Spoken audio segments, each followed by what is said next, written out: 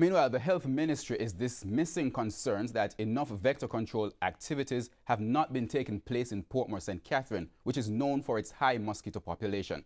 The statement was made during a tour of the parish today following the declaration of a dengue outbreak last week. TVJ's Kelisha Williams has more.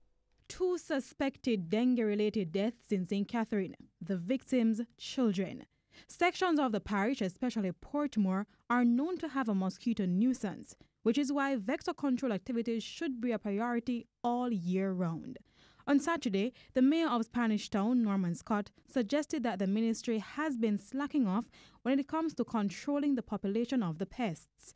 But Chief Public Health Inspector for St. Catherine, Grayson Hutchinson, has responded. We have never stopped working in Portmore, and especially since we receive notifications of suspected cases of dengue in areas in Portmore, including Waterford and Greater Portmore. We have intensified our vector control activities. Outside of the talk, quick action on Sunday. A team from the ministry led by Health Minister Dr. Christopher Tufton toured sections of the parish, educating residents and identifying areas where the pests are breeding rapidly. The declaration of an outbreak has triggered a closer coordination between ourselves and local government, and Minister Mackenzie and I are in touch. We have had discussions. We've had a meeting with Solid Waste, with the permanent secretary in that ministry, at the Ministry of Finance, where we have discussed the engagement and involvement of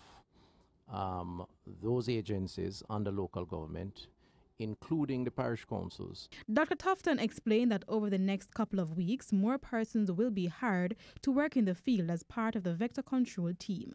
Kelisha Williams, TVJ News.